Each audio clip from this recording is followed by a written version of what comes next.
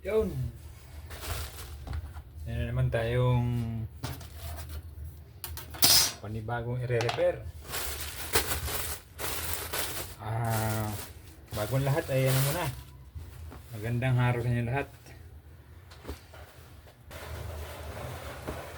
Masyado daw malaki yung yung laylayan niya. Ayan parang pajama na. Yun ang laki, 10 inches. Ngayon, ayaw niya isuot kasi sobrang lapad ng laylayan. Kaya sabi niya, bawasan ko daw yung laylayan. Gawin kong 7 inches. Bali, ang tanggalin natin dito ay 3 inches kasi 10 inches to Yan sa 10. Bali, ito yung finish niya na. 7. 3 inches yung atin natanggalin.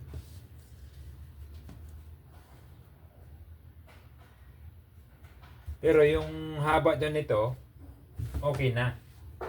Bali, ito lang yung ating gagalawin. Yung lapad lang. Kaya, ang ating unang gagawin, ito, tanggalin itong pasada niya. Kalasin to para mabawasan natin yung lapad niya.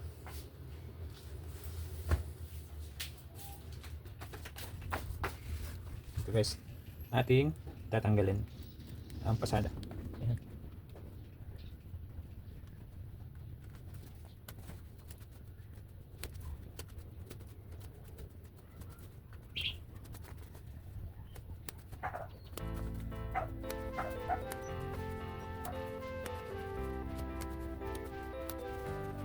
Okay. Isa yun din. Dalawa ito guys Dalawa ang gagawin. Tuloy, ano na to? Mag-isang lingad sa akin nakatambay. Kasi ang dami kong trabaho guys na dumating. Nagsabay-sabay. Meron dun sa Barangay Hulugan. Meron galing Bulacan. Meron galing Pasig. Kaya araw-araw tayong walang pahinga. Kaya ito yung pagre-repair, ginagawa ko na lang ito pag sa gabi na o hapon na. Yung pinakapahinga na natin. Ito yung pinakapahinga natin ang mag-repair. Kasi sayang din naman ito kung hindi natin gagawin.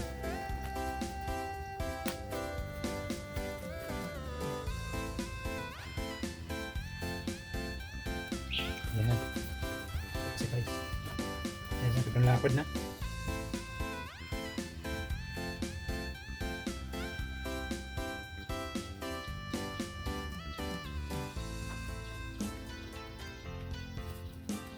Ayan guys Yan. Yan yung sa Pasig. Yan, ganyan kalaking plastic Puro ano yan. Uniform ng MTO pants na ano yan. Bali ano daw yan Mga PBA player ang ano yan. Ang mga customer nila. Yung nagpapatahi sa kanila. Galing po ng Pasig yan. Tapos yung iba, yung sa ninong ko galing naman ng Hihinto, Bulacan. Yung isa, yung kay yung sa may Barangay Hulugan. Andun na, sahod ulan na yata yan. Andun, pinaplansya ko na. Pagkatapos ko lang kanina. Kasi ano yun pag dineliver, kailangan, finish na siya. Naplansya na, nalilip na yung laylayan, naplansya na. Para i-deliver na lang diretso sa customer. Pero itong sa Pasig, ano lang ito sa akin. Cut and sew. Tapos ako yung gumagawa ng pattern. Bali, bibigyan nila sa akin na lang. Sukat lang, tapos yung mga tela, materials. Tapos sila na finishing. Magplansya, magbartak ng mga bulsa, maglilip ng laylayan, sila na. Kaya medyo ito maaluan sa akin na konti kasi hindi na ako yung mag-finish. Itong dalawa akin pa lahat kaya sobrang ubos oras ko. Tapos ako nito sa bahay mag-isa na tumitira nito. Akin pa lahat ng gawain bahay. Bago ako makapagsimula dito sa aking trabaho, tanghali na. Hindi tayo dami ng matapos kasi tanghali na makapagsimula sa ating trabaho talaga. Kasi kailangan natin munang unahin yung bahay, dapat malinis bago tayo dito mag-start.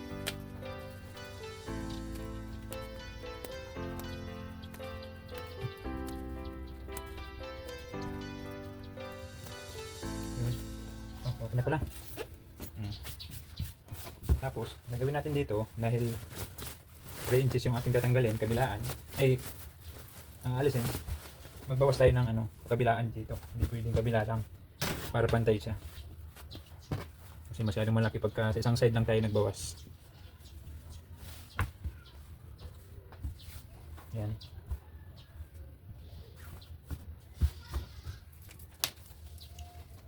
Ayan. Ano lang pala? 9 3/4. Ang alisin natin ay 2 3/4. Ito. 2 3/4 ang alisin natin. 2 3/4 hatiin natin sa dalawa. Yan. 1 1/2. Ay, 1 3/8.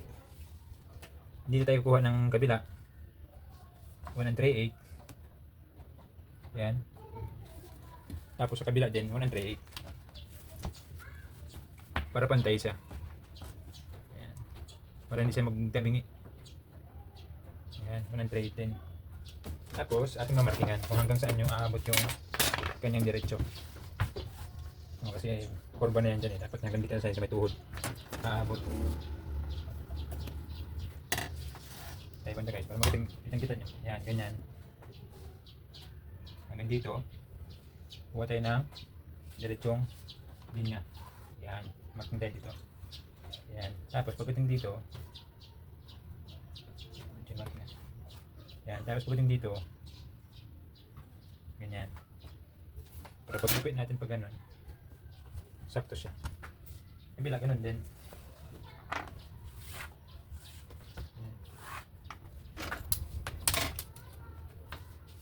Kuha tayo ng diretso. Hanggang dito tayo sa may lupi kanina. Yan. Yan. Ayan. Tapos ayan. O ganun na rin yung iba. Tsaka yung isa. Halos ganun lang din ang gagawin.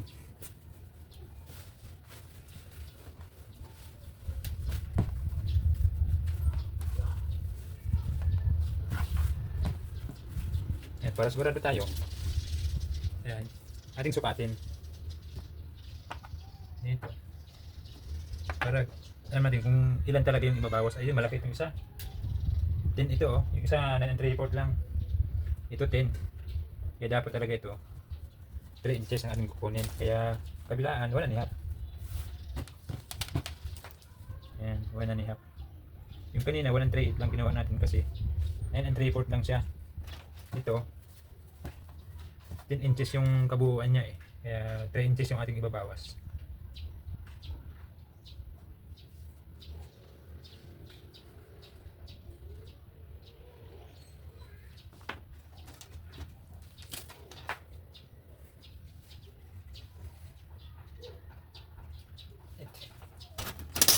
Grabe init. Ang init ng panahon.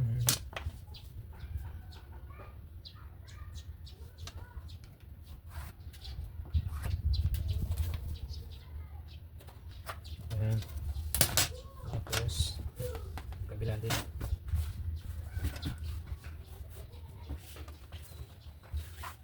Kailangan nakaplat ito bago mag-marking para kuha natin yung sakto.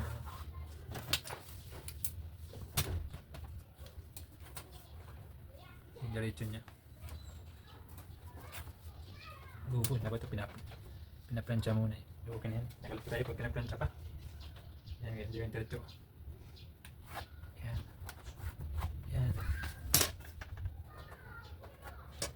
Tapos pag napasadahan na yan dyan, atin itong gugupitin na ito, tanggalin natin. Tapos, yan, ito rin ito, sisigsagan din natin para malinis tingnan. Okay, yun tayo sa makina guys.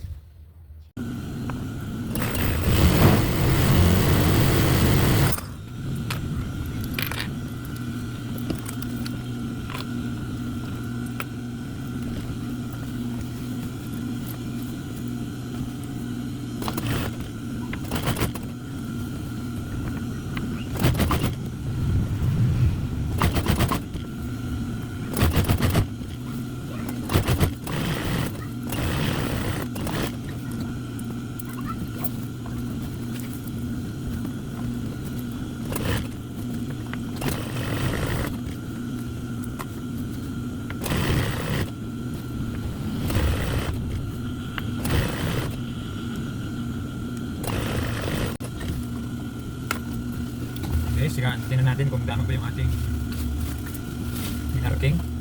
Kung sakto ba yung 7 inches na ating kailangan.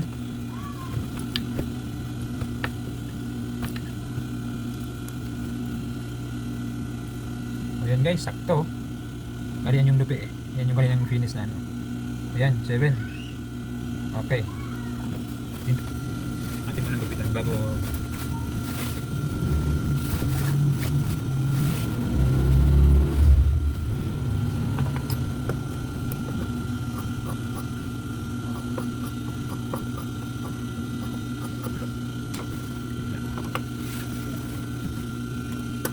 gumating sa pagpupit. Saka.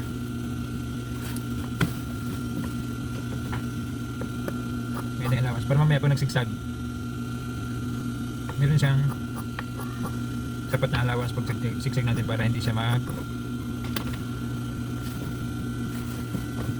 para maganda yung kanyang maganda kasi magsigsag pag may allowance na dadaanan.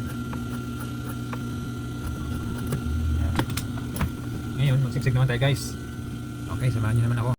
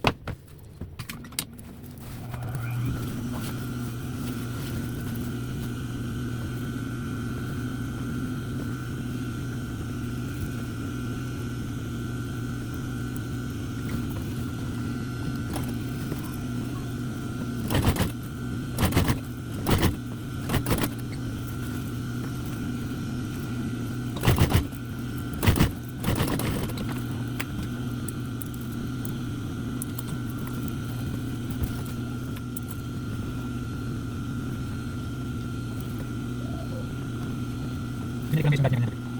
Kaya yung hapon naman.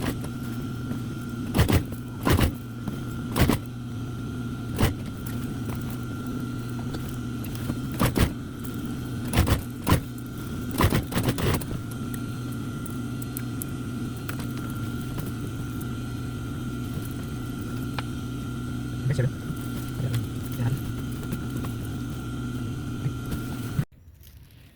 Ayan guys, lumiit na. Ayan, yung isa. Kanina lapad-lapad ng laylayan niya. Ayan. Pares ng lapad niyan. Ayan. Gumanda na tingnan. Ayan. Lumiit na. Okay guys, thank you for watching. Ayan. I-deliver ko na sa nagpatayin sa akin para magamit niya na. Good night guys, gabi na. Ayan. 6:25 na ng gabi. Overtime na naman. Okay guys, thank you.